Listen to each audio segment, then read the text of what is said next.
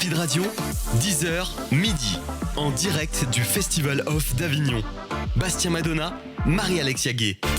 10h tout pile sur Speed Radio, en direct de l'Espace Alia, jusqu'à midi, avec Marie-Alexia qui m'accompagne comme tous les jours. Comme tous les jours. Ça va Marie? Ça va et toi? Super, franchement il fait bon aujourd'hui, il fait pas très très chaud. Il y a un peu plus de vent qu'hier, c'est cool. C'est plutôt cool. On est aujourd'hui jusqu'à 11h avec Emmanuel Laure pour son spectacle en tête-à-tête avec Molière au Théâtre de l'Optimiste. Bonjour Emmanuel. Bonjour. Comment vous allez? Très très bien. J'ai envie de demander aujourd'hui à tout le monde comment ils vont. Vous connaissez l'origine de l'expression quand même. Vous savez ce que vous êtes en train de me demander là? Oui. C'est comment ça se passe aux toilettes. Au Moyen-Âge, c'était comme ça. Ah, mais même au 17e et au 18e. Je ne savais pas. Oui, aujourd'hui ça arrivé, mais c'est toujours comme ça. Au programme de l'émission, aujourd'hui, en première partie, on va faire une interview de vous, Emmanuel. Un petit peu classique. Et puis après, en deuxième partie de l'émission, on aura notre séquence phare de l'émission que j'aime beaucoup, qui s'appelle le tac au tac. On va vous mettre un petit chrono d'1 minute 30. Il va falloir répondre au maximum de questions sur vous pendant ce temps imparti. Donc vous allez voir, c'est des questions assez simples. Vous avez toutes les réponses. D'accord. On parlera aussi d'un sondage qu'on a trouvé aujourd'hui. On en parlera juste après. Et puis en fin d'émission, on jouera avec l'actualité tous ensemble. Je vais vous donner des infos insolites et vous allez devoir me dire si elles sont vraies ou si elles sont totalement inventées de toutes pièces. Et puis juste avant de partir, on vous laissera une petite carte blanche d'1 ou 2 minutes pour essayer de vendre au maximum votre spectacle. Speed Radio, en direct du Festival Off d'Avignon. Alors déjà, pour commencer, est-ce que tu peux te présenter ou comment t'en es arrivé à faire le festival là cette année? Eh bien donc, moi je m'appelle Emmanuel Laure, je suis comédienne, metteur en scène, professeur de théâtre et auteur.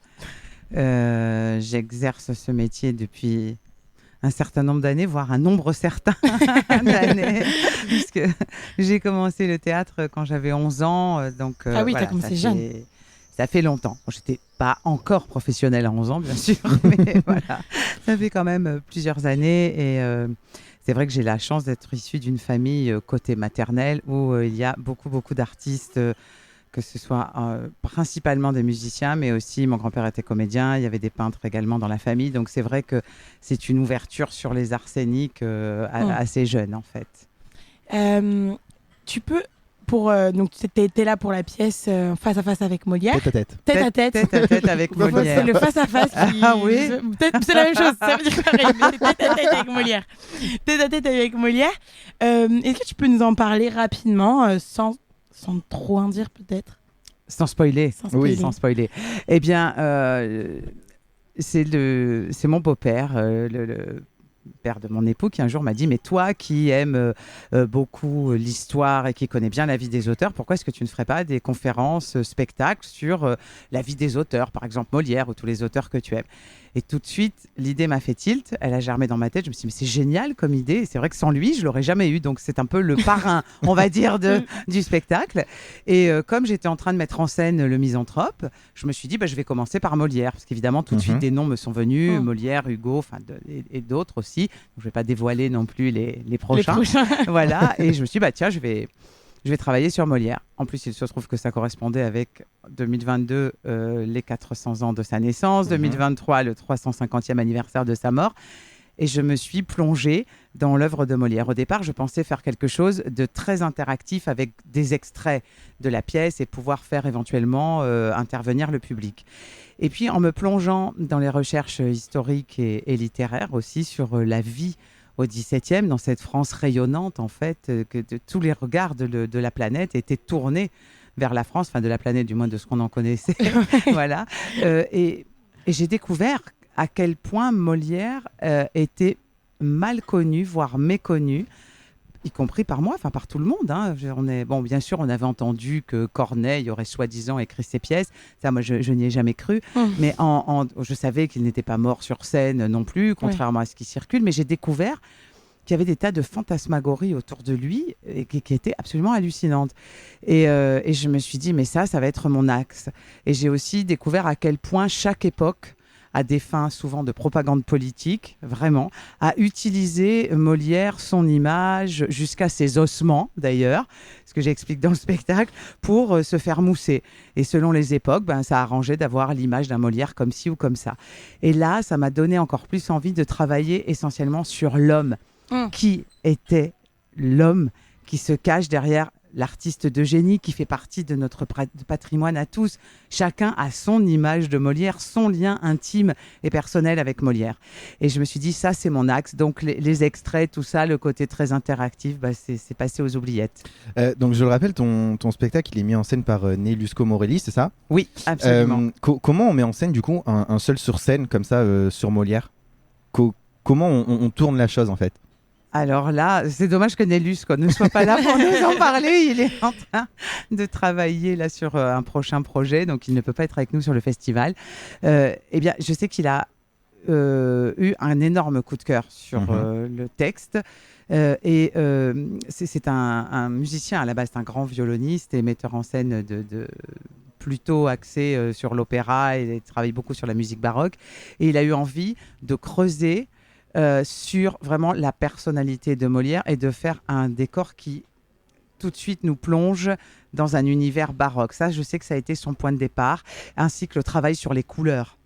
Il a voulu que ce soit tout de suite qu'on soit projeté dans un décor qui soit avec du vert, qui était la couleur préférée de Molière, avec du vieil or, du crème. Il a voulu que je sois vêtue de rouge, qui était la couleur du dernier costume de scène de Molière dans le Malade imaginaire, et axé sur, et de me faire beaucoup communiquer avec un buste de Molière, une copie du célèbre buste qu'a réalisé Houdon, et qu'on ait vraiment ce tête-à-tête, ce face-à-face par moment également ici, ce dos-à-dos comme sur l'affiche d'ailleurs, et qu'on puisse être en communion là-dessus. Il a eu aussi envie de travailler sur l'éclairage pour qu'à des tas de moments, l'éclairage rappelle l'éclairage de scène du XVIIe et également l'éclairage intérieur, puisqu'on s'éclairait à la chandelle quand on n'avait pas beaucoup d'argent, à la bougie quand on était un petit peu plus riche.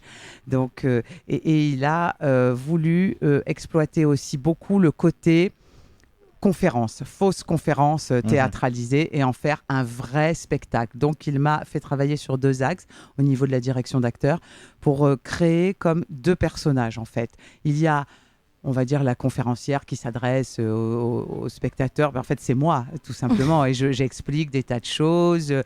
Et puis, il y a, on va dire, la femme de théâtre. Je ne sais pas trop comment qualifier, en fait, ce second personnage qui est forcément plus cabotine et qui va illustrer à des moments des propos, comment on disait les vers au XVIIe, qui va raconter des anecdotes extrêmement cocasses, voire très très surprenante sur Molière ou sur certains de ses proches.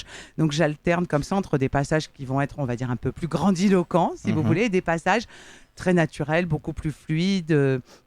Et ça l'a beaucoup amusé, et de me faire circuler toujours en triangle également. Quand on s'attaque à un personnage comme Molière, j'imagine que ça prend du temps pour écrire cette pièce. Combien de temps tu as pu mettre pour mettre tout en place et avoir ce que tu joues aujourd'hui ? En fait, j'ai fait 1 an de recherche historique et littéraire.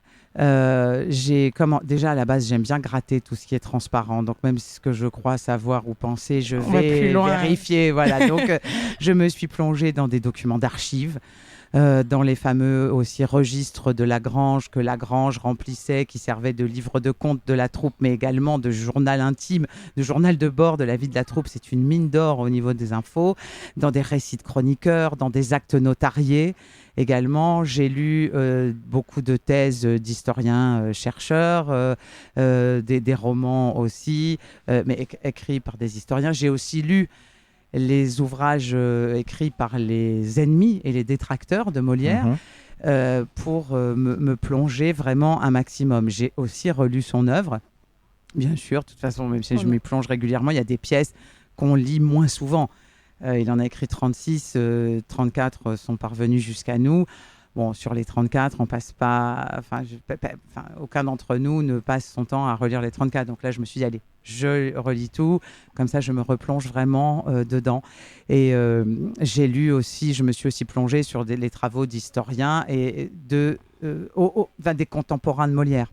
de ses amis proches, de La Fontaine, de Boileau, de Mignard, hein, le peintre, qui a une rue à Avignon d'ailleurs, et bien sûr, et de Claude Chapelle, et aussi de ses détracteurs sur la vie de Montfleury, sur la vie d'énormément, et bien sûr, j'ai replongé dans la vie de Louis XIV, forcément, et de Monsieur. Et justement, toi, comment en tant qu'auteur, tu as réussi à apporter ce côté peut-être plus léger pour éviter justement de faire une page historique sur Molière? Comment avec ton écriture, tu as réussi à apporter ça? Alors, je me suis attachée effectivement à me dire, bon, si c'est pour que les spectateurs ou les lecteurs, puisque le texte est édité, il est d'ailleurs en vente au Théâtre de l'Optimiste et à la librairie du spectacle rue de la Bonnetterie. C'est un bel ouvrage illustré avec dedans il y a les gravures aussi qu'on projette pendant le spectacle, et il est au prix de 10 €. Donc on a voulu faire un bel objet, mais pas non plus hors de prix, parce que ça aussi c'est une volonté d'aller au devant de tout le monde. Donc je me suis dit, si le bouquin et le spectacle c'est la page Wikipédia de Molière, aucun intérêt, ni pour moi, ni pour les spectateurs, ni pour les lecteurs. Si c'est une conférence au Collège de France, aucun intérêt déjà, et en plus, je ne suis absolument pas compétente pour faire ça. Donc, c'est pas la peine, il y a des personnes qui font ça très bien, et chacun son boulot. Et je me suis dit, qu'est-ce qui va faire la particularité? Et c'est aussi d'apporter, moi, mon recul sur, mais tiens, ça me fait rire. Donc ça, comment est-ce que je peux le décaler avec des choses plus actuelles, plus factuelles ou plus intemporelles? Je me suis dit, mais après tout, oui, alors effectivement, Molière, on a écrit des tas de billevesées sur lui, mais on en a aussi écrit sur Shakespeare. Mais finalement, toutes les vedettes font l'objet de fantasmes. Donc j'explique au public, nous avons tous entendu que Sheila était un homme. Voilà, je leur apprends un scoop sur Jean Marais, que Jean Marais a appris grâce à de nombreux journaux, des choses comme ça. Et j'essaye toujours de mettre, puis j'ai des anecdotes personnelles aussi, j'explique mon point de vue de comédienne sur mon lien personnel avec les auteurs. Et avec Molière particulièrement, et aussi avec d'autres. Je m'adresse aussi à Molière et je lui dis, et c'est vrai que c'est une question que je me pose, pas uniquement sur lui, mais mais qu'est-ce que tu pourrais écrire aujourd'hui sur certaines choses je vais pas les dévoiler là, mais il y a plein de sujets de société. Il a passé son temps à dénoncer le patriarcat, à critiquer la société, et il avait en fait une possibilité énorme de par sa position de directeur de la troupe officielle de Monsieur, puis de celle du roi, et d'avoir fait participer le roi à ses spectacles. Il pouvait être très audacieux et très corrosif, et il allait très loin en fait. Et je me dis, mais aujourd'hui, hélas, le genre humain est toujours le même, donc il aurait encore une grosse... il aurait beaucoup de choses à dire. Voilà, ses contemporains l'avaient surnommé le peintre, parce qu'il y en a même qui pensaient qu'il avait des petits carnets, des petites tablettes sur lesquelles il prenait des notes comme ça pour épingler quelqu'un et tout. Donc je me dis, mais aujourd'hui, il y aurait de quoi se faire plaisir. Donc j'ai réfléchi autour des thèmes que lui a dénoncés, l'argent, le paraître, etc., certains abus, et je lui demande vraiment ce qu'il aurait à faire de ça. Et c'est ça, et j'ai toujours mis ma vision à moi. Je suis quelqu'un qui aime bien l'ironie, le second degré, et parfois l'humour un peu aigre-doux. Par exemple, j'adore l'humour anglais, Pinter, donc j'essaie de temps en temps, moi aussi, très sérieusement, j'en sors une, et c'est plus fort que moi. J'ai fait aussi quelque chose d'assez engagé, évidemment. Ouais, justement sur l'engagement, c'était aussi du coup quelque chose qui te tenait à cœur, ou c'était pour aller dans l'image du personnage? Alors, si j'ai eu envie de travailler aussi sur ce personnage, c'est parce que le bonhomme et ses engagements me touchent et me plaisent. Raison pour laquelle j'ai aussi envie de travailler sur Hugo après, et sur d'autres, bien sûr. Il y a, à contrario, des auteurs dont j'adore l'œuvre, qui pour moi sont des maîtres absolus de l'écriture, comme Racine. Racine, pour moi, écrit les plus beaux vers de la langue française, et c'est un génie, c'est d'une beauté absolument époustouflante. Et jouer du Racine, c'est plus qu'un bonheur absolu, c'est un nirvana, mais le bonhomme ne m'intéresse pas. Le bonhomme ne m'intéresse pas du tout, du tout, du tout. Corneille ne m'intéresse pas non plus en tant que bonhomme, donc je n'aurais jamais envie d'aller à leur rencontre, de plonger dans leur intimité. Il se trouve que Molière avait des positions sociales, des engagements, des partis pris qui sont proches des miens. Et ça, j'en ai vraiment besoin. Sinon, j'ai pas envie d'aller plonger dans l'intimité. À ce moment-là, je vais monter la pièce. Voilà, j'ai en projet de monter du Racine, bien sûr. Ça, j'en montrais tout le temps, mais voilà, je préfère jouer du Racine que parler de Racine. C'est parler de Racine, ouais, c'est Voilà. ça. T'en as parlé plusieurs fois. Molière, il a une troupe aussi, et souvent, Bien sûr. on l'oublie un peu souvent, la troupe. On parle souvent de Molière. T'en parles un peu, du coup, toi, tu le mets en avant? Oui, j'en parle beaucoup de la troupe. Ouais. J'en parle beaucoup. Parce que ils étaient particulièrement soudés. Et j'explique à plusieurs reprises qu'il a écrit pour eux autant que pour lui, parce qu'il était comédien et que c'est la particularité de Molière, comme c'était la particularité de Shakespeare aussi. C'est une écriture de comédien par un comédien pour les comédiens. Donc ça se respire d'une certaine façon.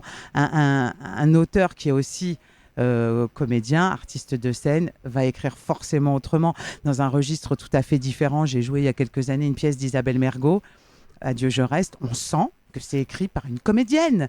C'est un vrai auteur, Isabelle Mergo, c'est pas. Mais on sent qu'elle a ce plus d'être comédienne par rapport à un autre auteur qui lui n'est pas comédien.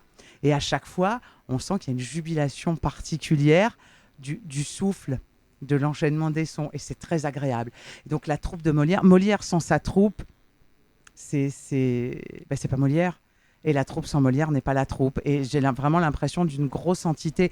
Ils sont restés très soudés jusqu'à la fin. Il y avait des querelles, bien sûr. Il y avait des désaccords parce qu'ils avaient tous un caractère énorme. Et tant mieux, sinon ils n'auraient jamais fait tout ce qu'ils ont fait ensemble. S'ils n'avaient pas ces personnalités hors du commun. Et Molière n'aurait pas écrit ces personnages hors du commun parce qu'il écrivait pour eux.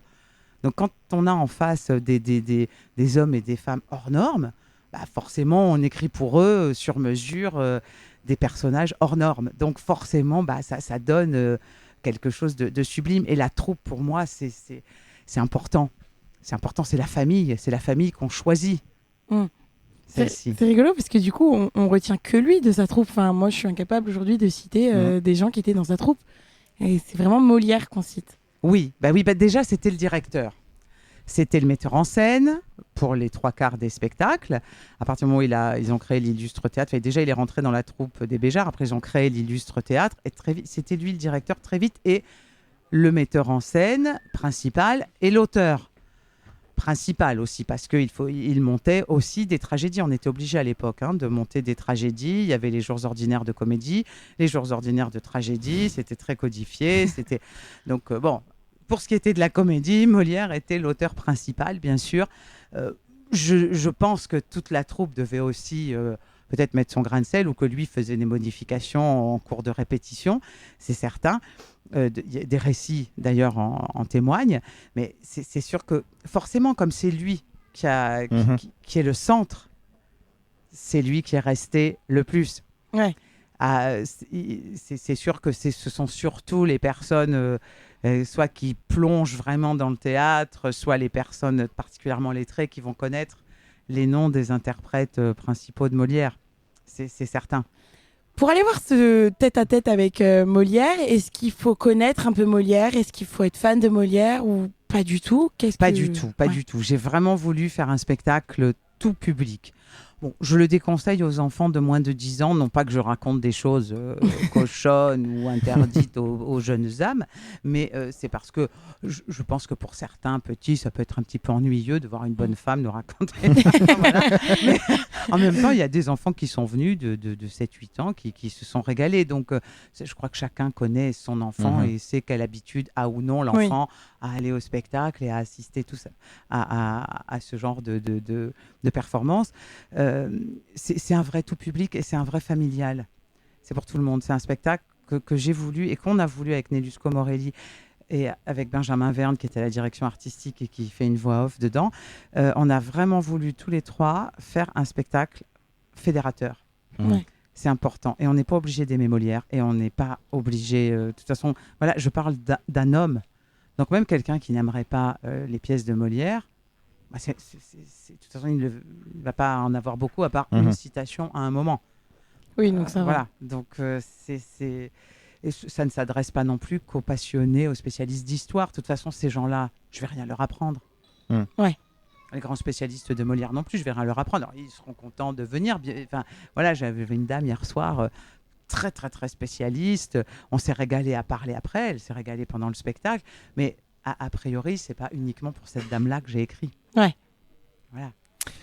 On est toujours avec Emmanuel Laure pour son spectacle en tête-à-tête avec Molière au Théâtre de l'Optimiste du 7 au 29 juillet à 18h25, sauf les mardis. Pour le repos. Pour le repos, exactement, parce qu'il faut bien se reposer.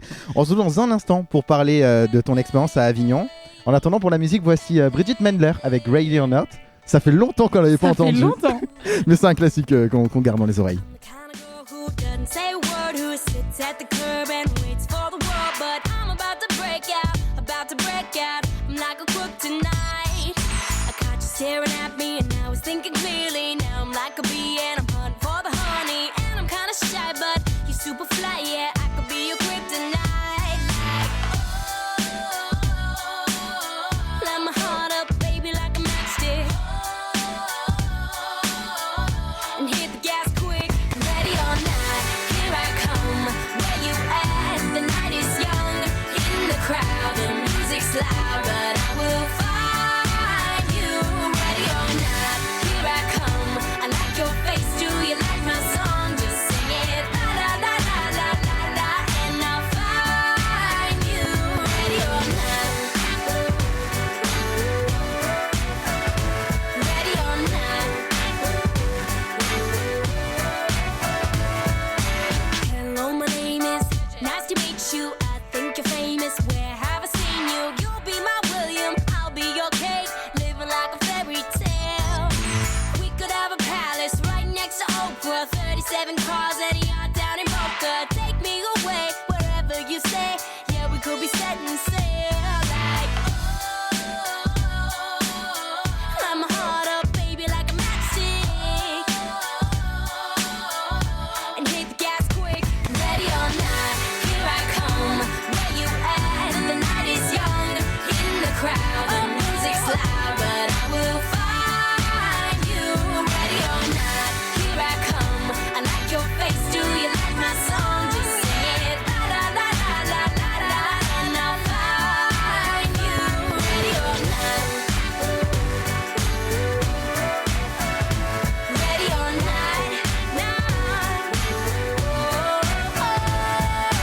ready or not, here I come, here I come. You're like a breath of fresh air in my lungs. You and me dance from the night to the dawn. Ready or not, here I come, boy, it's on. Ready or not, here I come, here I come. You're like a breath of fresh air in my lungs. You and me dance from the night to the dawn. Ready or not, here I come, boy, it's on. Ready or not, here I come.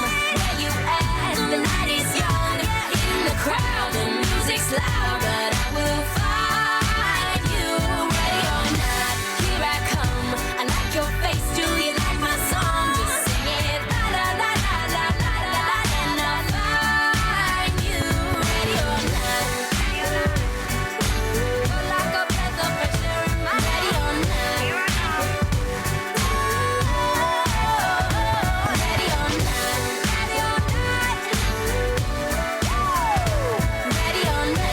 not, ready or not, ready or not, ready or not.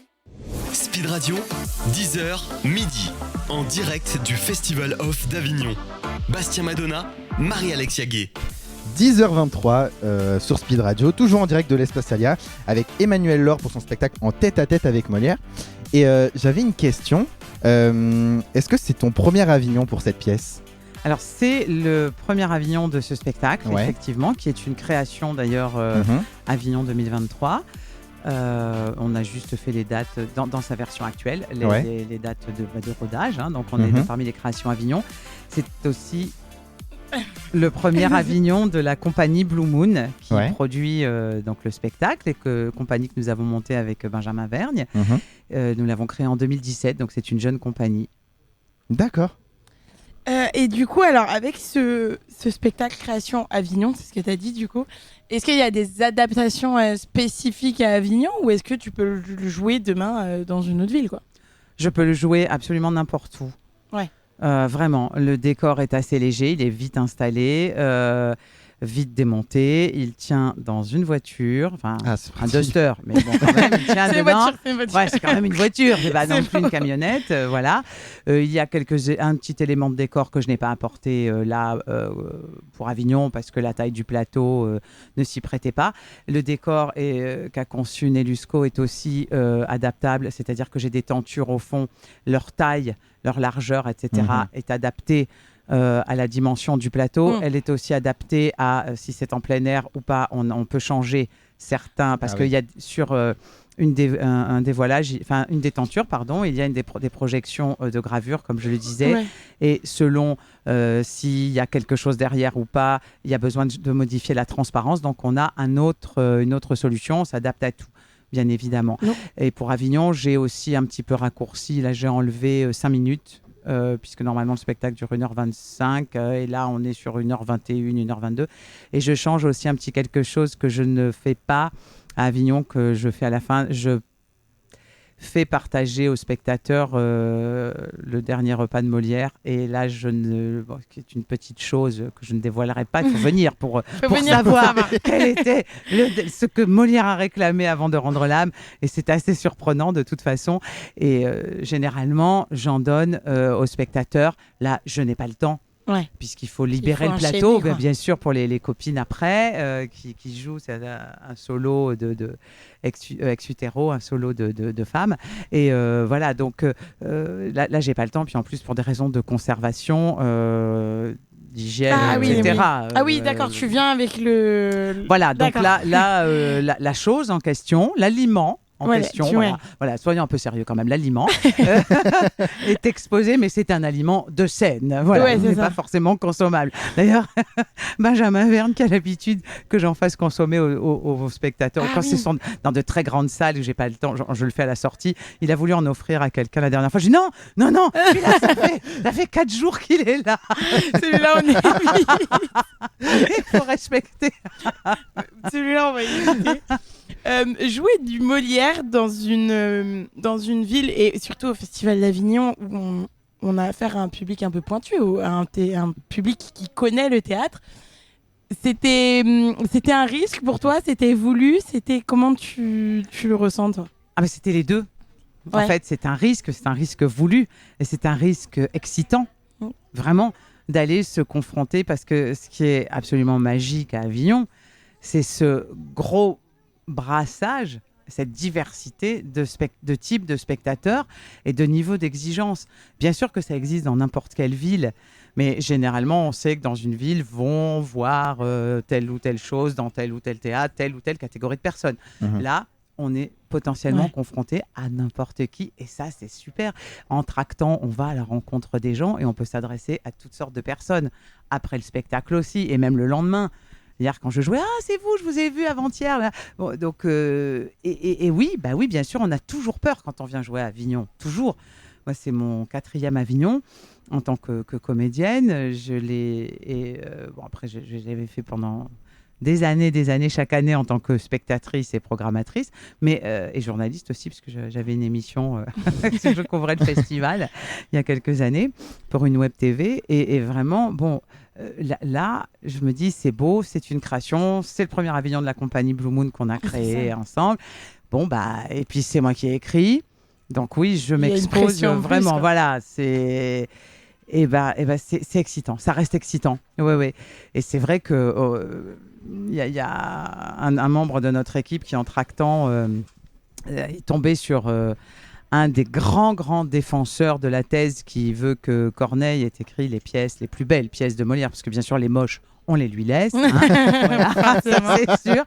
Et il lui a sorti, cet homme-là, tous les arguments que je m'attache à démonter dans le spectacle, en fait, et tous les arguments que j'ai mis dans la bouche d'un personnage que j'ai inventé pour le spectacle. J'ai inventé Gontran Cochin, conservateur en chef au musée des Inepties, et Benjamin Verne lui prête sa voix et son image. Voilà, donc, et Maxime mais alors, vraiment, il a eu droit à la totale. Ah oui. Il en revenait pas. Et avec le bonhomme qui lui disait mais je voudrais pas vous déprimer. Enfin non, vous savez, vous me déprimez pas, monsieur. Moi je suis au théâtre, je suis au spectacle en vous écoutant. Mais c'était fou parce que et je me dis mais quel dommage que je ne l'ai pas rencontré. Oui, c'est ça. Bah oui, moi j'aimerais que ce monsieur vienne voir le spectacle et qu'on puisse échanger après. Pas pendant, parce que Bah oui. C'est un peu si on compliqué. se met à échanger, après on va occuper le théâtre de l'optimiste pendant 3 jours et je suis sûre qu'on va se faire beaucoup d'ennemis. C'est peut-être pas le meilleur moment. Mais après, avec grand plaisir. Mais Ça, mais j'étais dégoûtée. J'ai dit, mais pourquoi je ne suis pas allée tracter au même endroit? J'aurais aimé le rencontrer. C'est vrai que oui, pour le coup, ça aurait pu être un échange un peu fort. Ah oui, oui, complètement. C'est ça. Et j'ai envie justement d'aller au devant de tout ça. Et puis en plus, je suis toujours preneuse de nouvelles infos. Oui. Voilà, pour moi, on cherche. Nous sommes des cherchants, d'éternels cherchants. C'est important. C'est ça qu'on cherche vraiment en plus à Avignon, quoi. C'est que les spectateurs, on les voit vraiment dans la rue. C'est-à-dire Oui. qu'on les voit Oui. souvent quand on monte sur scène, les spectateurs, on les a pas forcément vus avant. Là, pour le coup, on peut tâter le terrain, quoi. Excusez-moi l'expression, mais enfin, on voit vraiment les gens avant, quoi. Absolument, oui, et on les reconnaît dans la salle. Parfois, on a mangé à côté d'eux, ou on s'est croisés au lavabo en train de se laver les mains, ou enfin, voilà, dans des moments, on va dire, un petit peu quand même intimes. Et là, on se revoit comme ça, oui, et c'est ça qui est chouette aussi. Mais oui. Et justement, dans cet exercice de tractage, tu vas plutôt vers quel genre de personnes dans la rue? Est-ce que tu vas plutôt vers des familles? Ou c'est un peu au feeling et tu vois, quoi? Alors, je vais a priori vers tout le monde. Ouais. Un petit peu au feeling aussi. Je vais pas spécialement vers les familles uniquement. Enfin, je vais un peu vers tout le monde. Et j'essaye d'éviter, parce que quand j'ai fait mon premier Avignon en tant que comédienne et directrice de troupe avec mon ancienne compagnie, c'était en 2001, c'était avec les Bonnes de Genet. Et je n'avais absolument pas pris conscience parce que j'étais déjà venue en spectatrice, mais j'avais quand même pas pris conscience de ça. Mais qu'il y a énormément de touristes qui viennent pour le Palais des Papes, etc., notamment des quarts de japonais. Ne croyez pas que j'ai quelque chose contre les japonais, mais ça m'avait marqué. Et qui ne savent même pas qu'il y a un festival de théâtre. Ah oui. Ah oui, et y parce que compris moi, des spectateurs français. Ouais. C'est absolument hallucinant. C'est-à-dire qu'ils se baladent dans une ville dans laquelle il y a plein d'affiches, Il y a plein de monde, des en plus, hurluberlus, des généralement. gugus, des bonnes femmes, des machins qui leur donnent des spectacles. qui font des cabrioles, qui jouent de la musique, voilà, qui grattent sur des instruments. Et non, ils savent pas qu'il y a un festival. Alors ça, pour moi, c'est absolument ahurissant. Et donc, j'essaye de repérer ce type de personnes pour les éviter. Pendant plusieurs années, j'ai essayé d'éviter aussi en tractant les spectateurs du Festival d'Avignon, qu'on appelle maintenant par défaut le IN, parce que c'est vrai qu'à une époque, les personnes qui allaient au dit IN n'allaient que au IN, ils n'allaient absolument pas au off. Ouais, le off les intéressait Mais ça pas. m'est arrivé d'avoir, mais vraiment, j'avais l'impression que je leur avais vomi dessus en leur proposant Un truc du off. un spectacle du off, quoi. Ah oui, réellement. Et ça, c'est en train de se modifier un petit peu. Donc là, voilà, je vais aussi... Là, avec eux, je vais vraiment au feeling. Quand je vois quelqu'un avec le programme, avec les 3 clés, je me dis, bon, allez. On tente. Voilà, on tente. D'ailleurs, au niveau du tractage, c'est un exercice assez particulier. Là, tu arrives avec Molière. Molière, on n'a pas forcément une image amusante ou quoi du monsieur. On a souvent cette image un peu scolaire. Comment tu arrives à attirer cette attention pour leur dire, venez, en fait, quel est l'argument principal? L'argument principal, c'est de leur dire que c'est un spectacle dans lequel on met un énorme coup de pied aux idées reçues qui circulent à son sujet et qu'on va à la rencontre de l'homme, dans son intimité, qu'on y révèle des tas de secrets de famille, des tas de choses. Et surtout, je leur dis, et je ne suis pas la seule parce que les membres de l'équipe, c'est pareil, on leur explique que c'est un spectacle dans lequel on passe par toutes les émotions. Un peu comme dans les pièces de Molière et dans la vie de Molière, dans la vie finalement de n'importe lequel d'entre nous. Il y a des moments de farce dans le spectacle, il y a des moments de drame, il y a des moments de tendresse, il y a des moments de sourire. Et ça m'intéresse. Moi, j'aime les spectacles dans lesquels, déjà très égoïstement, je peux, moi, m'amuser à passer par toutes les émotions. Et voilà, et de voir les spectateurs passer par toutes les couleurs, ça me plaît aussi. C'est excitant. Allez, on est toujours avec Emmanuel Laure pour son spectacle en tête-à-tête avec Molière. Dans un instant, on va jouer avec toi, Emmanuel. Avec plaisir. On va jouer à notre séquence qui s'appelle le tac au tac. Mais en attendant, voici Soprano avec Millionnaire. Ça fait longtemps, ça aussi. C'est un ancien titre, 2016, Soprano Millionnaire. A tout de suite sur Speed Radio. Je veux être riche de ton sourire, de ta volonté à reconstruire, de tes aventures, de tes croisières, de ta victoire face au cancer, de ton mariage, de ta grossesse, de ton pardon, de ta sagesse.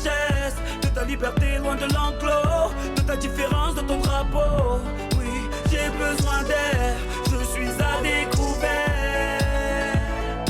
Si tu m'aimes, rends-moi millionnaire. La la la la la la la.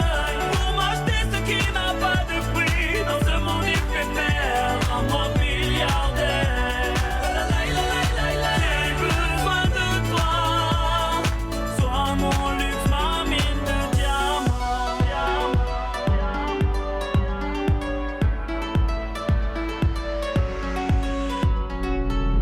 Je veux être pauvre de tes larmes, de ces fanatiques et de leurs armes, de ces amalgames qui nous divisent, des guerres en Afrique, des génocides, de ces maladies qui nous condamnent, de ce jour où maman rentre à l'âme, de cette jeunesse qu'on abandonne, aux mains de ces fous aux idées folles. Oui, j'ai besoin d'air, je suis à découvert. Si tu m'aimes, rends-moi millionnaire. La la la la la la. Pour m'acheter ce qui n'a pas de prix dans ce monde éphémère. Rends-moi milliardaire. La la la la la la. J'ai besoin de toi. Sois mon luxe, ma mine de diamants. Vai, yeah. Sois ma richesse, ma gloire, mon ivresse. Sois mon échelle pour monter l'Everest. Sois mon alliance, ma marque de noblesse. Dans la course au bonheur, sois mon moteur, ma vitesse. Je veux être riche en humanité pour pouvoir en laisser en pourboire. La cupidité nous a endettés. Remplis-moi les poches d'espoir. Remplis-moi les poches d'espoir. Remplis-moi les poches d'espoir. Remplis-moi les poches d'espoir. Si tu m'aimes, rends-moi millionnaire. La la la la la la. Pour m'acheter ce qui n'a pas de prix dans ce monde éphémère. Rends-moi milliardaire. La la la la la la. J'ai besoin de toi. Sois mon luxe, ma mine de diamants.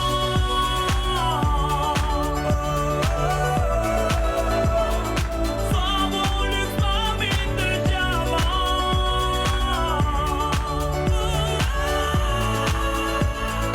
Sois mon luxe, ma mine de diamants. Speed Radio, 10h, midi, en direct du Festival Off d'Avignon. Bastien Madonna, Marie-Alexia Gay. 10h36 sur Speed Radio, on est toujours en direct de l'Espace Salia avec Emmanuel Laure pour son spectacle en tête-à-tête avec Molière. Tous les jours du 7 au 29 juillet au Théâtre de l'Optimiste à 18h25, sauf les mardis, parce qu'il faut se reposer. Et on est tombé sur un petit sondage Oui. on voulait jouer avec toi. Il y a 7 Français sur 10 qui trouvent cette chose sur eux, qui pensent avoir cette Qui ont cette idée particularité sur là. eux. Est-ce que tu penses avoir une idée? 7 Français sur 10. C'est un adjectif sur eux. Un adjectif. Ils se pensent comme ça. 7 sur 10. 7 sur 10. Ça fait Waouh, beaucoup, ça, 7 c'est sur C'est 10. quand même Nicole, hein. beaucoup, je trouve. Pour, 7 sur 10, ça fait beaucoup. pour l'info, je trouve que ça fait quand même beaucoup. Frustré. Non. Non, c'est un adjectif assez positif d'ailleurs. Heureux. On est dans cette idée, on est un peu... Être heureux, ça peut être une conséquence de ça, ouais. Oui, oui, aussi. Épanoui. Non. Riche. T'as pas dit. Non. En bonne santé. Un truc simple. Vraiment, je pense que toi, tu l'es, par exemple. Ah oui. Et ton spectacle l'est certainement aussi.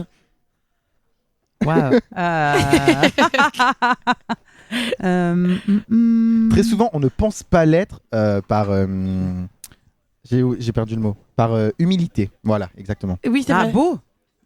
Ouais, c'est vrai que là, ton aide, elle était pas... Ah oui. C'est vrai que mon aide, elle a Mais encore J'aurais lancé. dû venir avec Jean-Baptiste Poquelin parce que c'est lui le grand spécialiste de la nature humaine. Il aurait deviné, c'est sûr. Eh ben non, bah, en fait, c'est 7 Français sur 10 qui se trouvent drôles. Drôle, ah oui. Ouais. 7 Français. Ah, je trouve que ça fait quand même waouh. beaucoup. Je suis sûre que les 7 Français ne sont pas drôles, mais... Non, bah non. C'est ça. Sinon, C'est ça. sinon, tout le monde serait humoriste. Donc, et on n'a Oui, pas. mais il y en a déjà beaucoup qui Oui. pensent l'être. Et oui. Oui, c'est vrai. Hein 7 Français sur 10, c'est drôle. Sept Que Français ce sur soit sur scène ou dans la vie, on a tous un cousin qui raconte des blagues pourries à C'est vrai. C'est vrai. chaque repas Et de qui famille. pense hein. l'être, ouais. À la Et qui ne communion, le quoi. sont pas. C'est ça. Vous savez quoi, ça me fait une belle transition pour le tac au tac parce qu'on va rire ensemble. Emmanuel, on va te mettre un chrono d'1 minute 30. D'accord. Et Waouh. Marie va te poser le maximum de questions auxquelles Oui. tu peux répondre. C'est des questions sur toi. C'est que des très questions sur simple. toi. Ok. Est-ce que Ok. tu es prête? T'es prête? Allez, Alors, on va y aller. c'est parti. Le nom de famille, Laure, le prénom, Emmanuel, l'âge, 51, le signe astro, Verseau, lieu de naissance, Nice, lieu de résidence, Nice, profession, comédienne, le rêve petit, le métier de rêve petit, comédienne. le dicton citation préférée, de qui te représente, Pour tracer ton sillon droit, accroche ta charrue à une étoile. l'endroit que tu préfères pour être seul, La Boline Val-de-Blore, plutôt film ou plutôt série, les deux. un film ou une série qui t'aurait marqué, Orange Mécanique et comme série, Poirot. une boisson préférée, Le champagne, y compris le sans-alcool maintenant, puisque je ne bois plus. le nombre de points sur ton permis, 0, puisque je n'ai pas le permis. C'est vite fait. dernière fois que tu as eu affaire à la police. Hier. Et- Enfin, hier, j'ai eu affaire, je leur ai dit bonjour. Ouais. Voilà. Ah, tout va bien, tout va bien. Et dernière petite question, qu'est-ce que tu ne sais pas faire et que tu aimerais beaucoup savoir faire? Il y a deux choses. Il y a dessiner et chanter de l'opéra. Eh ben c'est tout bon pour moi. C'est parfait. On est à 1 minute 14. Eh ben, t'as répondu à toutes les questions super vite. En fait, je pense qu'il faut qu'on réduise le chrono. Je pense qu'en fait, le chrono est trop long. Il faut le réduire à 1 minute. Et Oui. par rapport à la police, Oui. je vais te répondre. Ah oui. Moi, je suis un petit peu comme Brassens, tu vois, qui disait moi, j'essaye de faire tout bien parce que j'aime pas les voir et Ah oui. j'aime pas avoir affaire à eux. Mm. Eh ben, si je fais le maximum de choses bien, eh ben, je les vois pas. Peu. Ah, mais je comprends, mais moi des fois même j'ose pas dire bonjour parce que je me dis ils vont trouver un truc à me reprocher. Ils vont trouver- Des fois, ils vont me trouver bizarre. Du coup j'esquive dans la rue, je change de trottoir. Ah non, moi, ça me pose pas plus de soucis que ça, mais c'est. Voilà. Est-ce que tu peux me redire ton dicton préféré? Pour tracer ton sillon droit, Ouais. accroche ta charrue à une étoile. C'est très beau. C'est de qui? Alors, c'est un proverbe ancestral qui est écrit qui est un peu d'origine chamanique, on va dire, et qui Ouais. est écrit sur les murs du Cours Simon que j'ai fait, et ça m'a D'accord. marqué. J'avais C'est 18 ans, j'ai débarqué au Cours Simon, j'ai vu ça, et ça me suit, ça m'a parlé tout de suite, Ouais. vraiment. C'est Au très premier beau. regard, paf, ça m'a pénétré complètement, et c'est toujours là. C'est vrai que c'est une très belle phrase, puis ça veut dire beaucoup de choses. Donc, Oui. Et pour revenir, donc tu voulais être comédienne. Et ben, est-ce que Molière, quand tu étais plus jeune, c'est un auteur, un comédien qui t'a marqué? Bien sûr, Ouais. bien sûr. À tous les niveaux. Alors, c'est pas lui avec qui je voulais me marier quand j'étais petite. Je voulais me marier avec Victor Hugo. Bon, un jour, j'ai compris que c'était Compliqué. c'était mort. Voilà. C'est pas facile. Voilà, c'était très, très compliqué. Et mais j'aimais déjà beaucoup, beaucoup Molière. Mon grand-père était comédien. Il était dans une troupe qui s'appelle le Cercle Molière, donc déjà Ah qui oui. montait Ah oui. pas uniquement du Molière, mais qui en montait pas mal. Et c'est sûr que parmi les premières pièces qu'on m'a amené voir quand j'étais petite, se trouvaient énormément de pièces de Molière et que j'ai donc des souvenirs. Voilà, il y a des souvenirs d'enfance comme ça qui sont très très forts. Mais j'ai aussi des souvenirs très très forts avec le film sur la flûte enchantée. Mhm. Voilà, Ouais, c'est des choses qui t'ont marqué, quoi. complètement. Ouais, ouais. Et tu ne sais pas dessiner. Non. Et Je t'aimerais peux le savoir. prouver. Alors, c'est beaucoup moins radiophonique que télévisuel, mais je peux le prouver. C'est-à-dire que, voilà, à la limite, j'arrive à faire des petits crobards. Alors ça, oui, j'ai rencontré la photographe Marine Cessa-Begler qui a fait la belle photo Oui. de l'affiche et qui a fait aussi les photos presse. Alors elle, quand je fais un petit crobar, elle comprend. Mais parce que c'est des trucs, voilà. Mais moi, j'en suis un peu au bonhomme avec des bâtons et un rond pour la tête. Hein. Je me lance même pas dans les mains. Hein. Donc, voilà. Sinon, c'est dire quand je veux montrer un projet de décor, quand je fais une mise en scène, c'est Ah, mais ça doit pas être facile. c'est un grand mot. Ah, mais généralement, je fais un peu les dessins qui font un peu archi. Ah C'est-à-dire, oui. voilà, ça c'est un rectangle, ça c'est de la chaise, ça j'ai capté, les trucs archi. Je fais quand même des espèces de ronds, ce sont les têtes des spectateurs. Mais voilà, ça c'est. Alors j'ai deux mains gauches, bon, je suis passablement ambidextre, Mais je dessine ni avec l'une ni avec l'autre. Allez, on est toujours avec Emmanuel Laure pour son spectacle en tête-à-tête avec Molière. Nous, on se retrouve dans un instant. On va jouer ensemble. Avec plaisir. On va jouer ensemble. Je vais te donner des actus insolites et tu vas devoir me dire si elles sont vraies ou si elles sont fausses. En attendant, voici Ellie Goulding avec Burn sur Speed Radio. Je suis très content. Aujourd'hui, c'est vraiment que des classiques en musique. We don't have to worry about nothing. 'Cause we got the fire and we burning one hell of a something. They're gonna see us from outer space, light it up.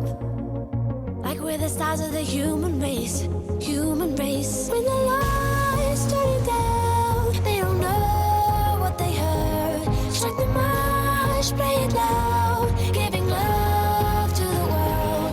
We'll be raising our hands, shining up to the sky. 'Cause we got the fire. Yeah, we got the fire. And we're gonna let it burn. We're gonna let it burn. Gonna let it burn. We're gonna let it burn. We don't wanna leave, no. We just wanna be right now. Right now. And what we see is everybody's on the floor acting crazy, getting loco till the lights out. Music's on, I'm waking up. We start the fire, then we burn it up. And we're sober now, we got the love. There's no sleeping now, no sleeping out. When the lights turn down, they don't know what they heard. Strike the march, play it loud, giving love to the world. We'll be raising our hands, shining up to the sky. 'Cause we got the fire. Yeah, we got the fire. And we're gonna let it burn. We're gonna let it burn. Gonna let it burn. We're gonna let it burn. When the lights turn down, they don't know what they heard. Strike the march, play it loud, giving love to the world. We're gonna let it burn.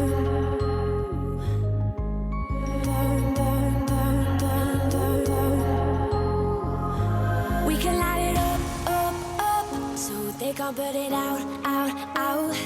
We can light it up, so they can't put it out. We can light it up, so they can't put it out. We can light it up, so they can't put it out. When the lights turn down, they don't know what they heard. Strike the march, play it loud, giving love to the world. We'll be raising our hands, shining up to the sky. 'Cause we got the fire. Yeah, we got the fire. And we're gonna let it burn. We're gonna let it burn. Gonna let it burn. We're gonna let it burn. When the lights turn down, they don't know what they heard. Strike the march, play it loud, giving love to the world. We'll be raising our hands, shining up to the sky. 'Cause we got the fire. Yeah, we got the fire. And we're gonna let it burn.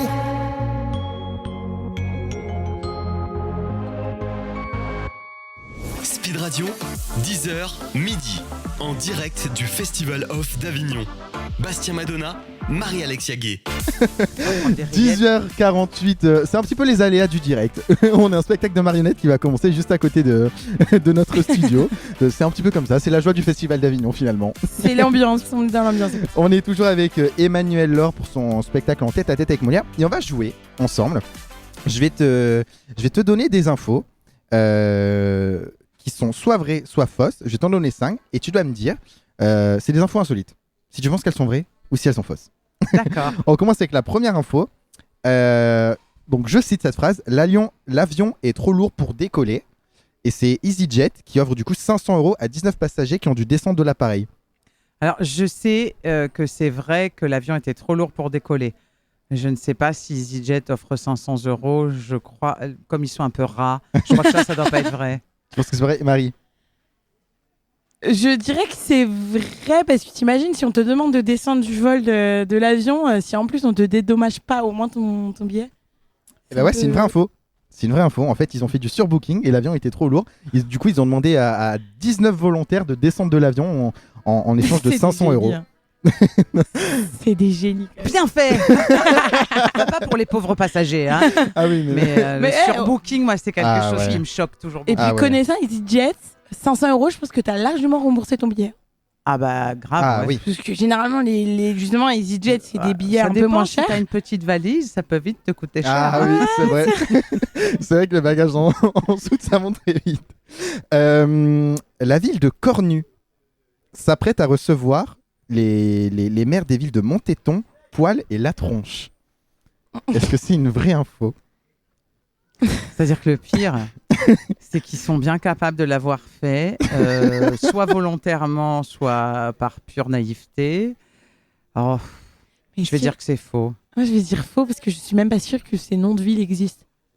Si la tronche, ça existe. Hein. Montéton, j'ai jamais entendu. Ah, il y a bien mon cul. Oui, oui, c'est vrai, oui, vu comme ça, Hein, oui. on connaît tous le sketch, Daniel. Oui, Oui. bah, Hein, eh voilà. ben, vous savez quoi? Eh ben, c'est une vraie info. Et je suis un peu déçu que mon cul il soit pas convié. Ouais, c'est normal. Je pense Ah. que c'est de la pure jalousie. Bah, en fait, donc du coup, c'est la ville de Cornu, située près de Rennes, du coup en Bretagne, qui organise ce week-end le rassemblement des communes au nom burlesque. Oh, bah, il doit y avoir mon cul, mais ils ont Ah peut-être ouais. pas cité, comme c'est un C'est classique. ça, où mon cul est Et- peut-être président du jury. C'est possible. Ils vont faire une grande kermesse populaire avec toutes ces villes. Ah ouais. C'est très drôle. Les gars ont de l'humour au moins. Bah oui, au moins. Troisième info, c'est le rappeur Al Capote qui lance une centaine de joints à son public lors d'un festival en Belgique. Sur scène, comme ça, il a balancé des joints. Alors je rappelle que c'est interdit quand même.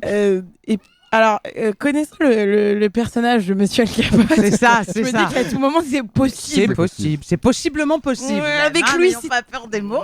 Avec lui, tout est possible. Moi, je vais dire vrai pour cette info.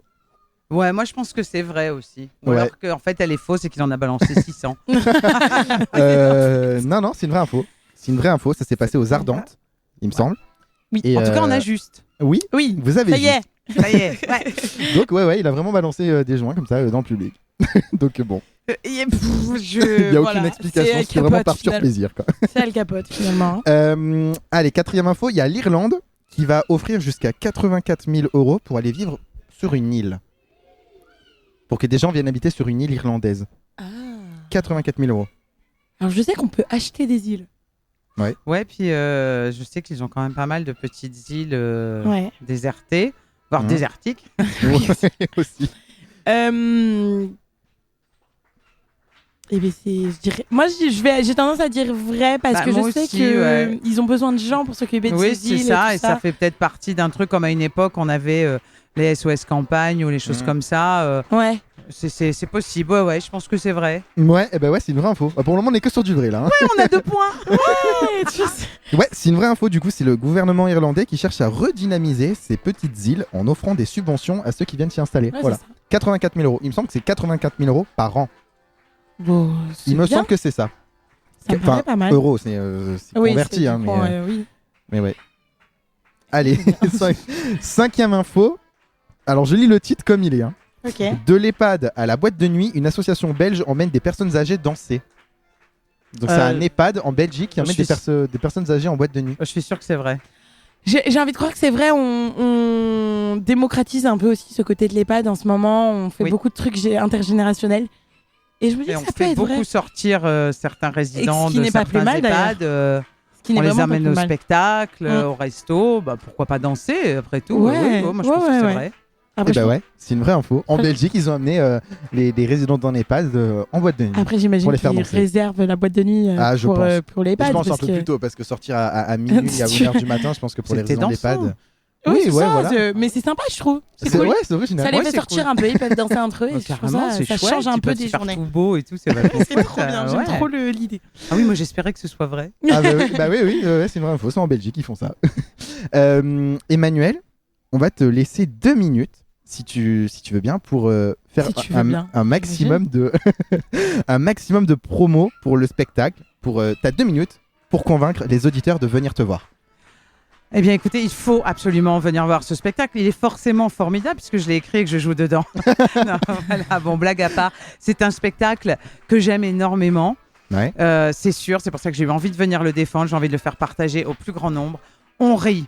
On apprend des choses sans avoir du tout l'impression d'être à l'école, bien au contraire. On met ensemble à mal les idées reçues. On se rappelle de tas de choses qu'on a connues, on en découvre d'autres. C'est un spectacle à la fois élégant, drôle, familial, instructif. Et c'est un vrai spectacle. C'est très, très théâtralisé. Et on passe par énormément d'émotions. C'est à une heure idéale en plus, 18h25, avant le repas, avant les gros spectacles du off, avant les gros majors du D-in. C'est l'heure idéale. Au Théâtre de l'Optimiste, en plus, c'est confortable, c'est climatisé. Il y a une petite buvette à prix tout à fait abordable et une terrasse dehors, donc on peut échanger à la terrasse entre spectateurs et artistes à l'issue de la représentation. Donc rien que pour ça, il faut venir voir tête à tête avec Molière, l'illustre inconnu, et apprendre plein de choses. Et puis, sus aux fake news. Je le rappelle, du coup, Emmanuel Loire, dans son spectacle Laure. Laure, pardon, pourquoi Oui, j'ai dit Loire c'est Loire, amusant parce que c'est pas du tout le mon même fils nom. me fait la blague souvent parce qu'il y a un ami qui est du Maine-et-Loire et ça l'amusait beaucoup Ah oui. quand il était petit. Donc des fois il m'appelle alors Madame Loire. Voilà. Donc Voilà. Emmanuel Laure, je le redis, pour son spectacle en tête-à-tête avec Molière au Théâtre de l'Optimiste à 18h25, tu l'as dit, du 7 au 29 juillet, sauf les mardis parce qu'il faut bien se reposer. Merci beaucoup Emmanuel d'avoir été avec nous. Merci à vous Merci deux de beaucoup. m'avoir On a reçu. été très un content de te plaisir. recevoir. Puis je suis content d'avoir marqué quand même quelques points dans le vrai ou faux. Hein. Speed Radio, en direct du Festival of d'Avignon.